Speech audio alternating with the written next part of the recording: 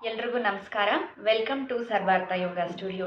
ಯಾರಿಗೆಲ್ಲ ಇನ್ಫರ್ಟಿಲಿಟಿ ಸಮಸ್ಯೆ ಇದೆಯೋ ಅಥವಾ PCOD ಫೇಸ್ ಮಾಡ್ತಿದ್ದೀರಾ, ನ್ಯಾಚುರಲಿ ಕನ್ಸೀವ್ ಆಗೋದಕ್ಕೆ ಆಗ್ತಾ ಇಲ್ಲ ಅಥವಾ ಬೇಬಿ ಪ್ಲಾನಿಂಗ್ ಮಾಡ್ತಿದ್ದೀವಿ ಅನ್ನೋರು ಈ ಆಸನಗಳನ್ನು ಪ್ರಾಕ್ಟೀಸ್ ಮಾಡೋದ್ರಿಂದ ನಿಮಗೆ ಸಹಾಯ ಆಗುತ್ತೆ.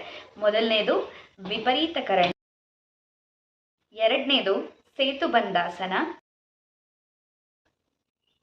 ಮೂರನೇದು ಬದ್ಧ ಕೋನಾಸನ, ನಾಲ್ಕನೇದು ಭುಜಂಗಾಸನ ಮತ್ತು ಕೊನೆಯದಾಗಿ ಸುಪ್ತ ಬದ್ಧ ಕೋನಾಸನವನ್ನು ಕೂಡ ಪ್ರಾಕ್ಟೀಸ್ ಮಾಡ್ಬೋದು. ಬೆಳಗ್ಗೆ ಮತ್ತು ಸಂಜೆ ಈ ಆಸನಗಳನ್ನು ಪ್ರಾಕ್ಟೀಸ್ ಮಾಡಿ. ಈ ಆಸನಗಳನ್ನು ಪ್ರತಿನಿತ್ಯ ಪ್ರಾಕ್ಟೀಸ್ ಮಾಡೋದ್ರಿಂದ ನಿಮ್ಮ ಹಾರ್ಮೋನಲ್ ಬ್ಯಾಲೆನ್ಸ್ ಆಗುತ್ತೆ ಮತ್ತು ನಿಮ್ಮ ಫಿಮೇಲ್ ರೀಪ್ರೊಡಕ್ಟಿವ್ ಸಿಸ್ಟಮ್ಗೆ ಬ್ಲಡ್ ಸರ್ಕ್ಯುಲೇಷನ್ ಚೆನ್ನಾಗಾಗಿ ಅಲ್ಲಿರುವಂತಹ ಸಮಸ್ಯೆ ಕೂಡ ದೂರ ಆಗುತ್ತೆ. ಹರಿ ಓಂ.